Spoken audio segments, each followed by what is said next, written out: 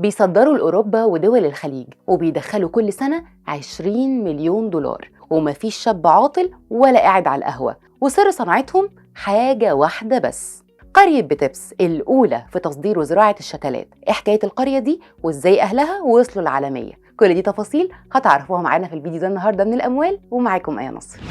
قرية من بره شكلها زي أي قرية مصرية بسيطة، فيها خضرة وزرع وهدوء، مش هتلاقي زيه في أي مكان. لكن أول ما تدخلها هتحس إنك دخلت في قلب إمبراطورية سرية، والحقيقة إنها فعلا إمبراطورية الشتلات في مصر. بتبس قرية في المنوفية، كل شغل أهلها في الشتلات. هناك مفيش بيت واحد ملوش علاقة بالزرع، أي حد في القرية دي يا إما عنده مشتل يا إما عنده حد في العيلة شغال في مشتل، لازم يكون في حد ليه علاقة بالشتلات. ده غير كمان إنه يا إما في حد بيتعلم عشان يشتغل برضه في مشتل.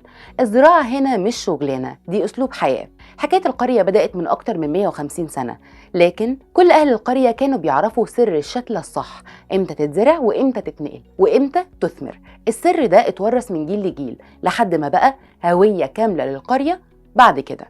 ومع الوقت بتبس ما بقتش مجرد قرية، دي بقت مدرسة في زراعة الشتلات. الناس هنا مش بتزرع نوع ولا اتنين، دول عندهم كل حاجة، شتلات خضار بكل أنواعها وشتلات فاكهة، موالح زي البرتقال واليوسفي وأشجار زينة وورد ياسمين ونباتات عطرية كمان، وكمان أشجار استوائية زي المانجو والأفوكادو. وحتى النخل جابوا أنواع من بره مصر ونجحوا يزرعوها وطوروا فيها، لدرجة إن في ناس من بره مصر بتيجي مخصوص تشتري منهم. بتبس بقت علامة مسجلة، أي حد في مصر أو براها يعني لو عايز شتلة قوية ونظيفة اسأل على بتبس. علشان كده القرية نجحت في إنها تصدر شتلات لدول الخليج، السعودية، الإمارات، الكويت، وكمان أوروبا وإفريقيا.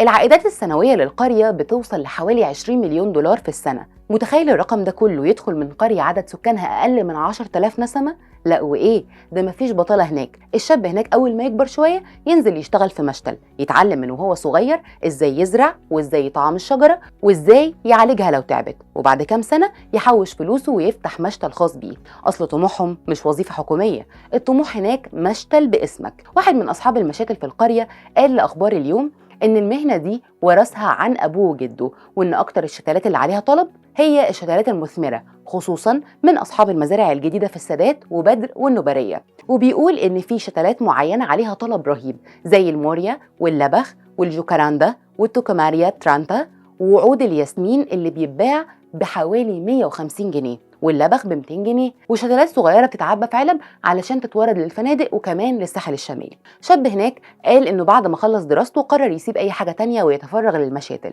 بدأ صغير لحد ما فتح مشتل على جسر البحر وبقى واحد من كبار الموردين. اليوم في بتبس بيبدأ بدري جدا، الناس بتنزل المشاتل قبل الشمس ما تطلع ويشتغلوا على طول اليوم، والجو هناك كله حركه، طاقه، حب للشغل. مفيش حد قاعد على القهوه ومفيش حد بيقول مش لاقي فرصه شغل. بتبس مش مجرد قرية، دي قصة نجاح ماشية على الأرض.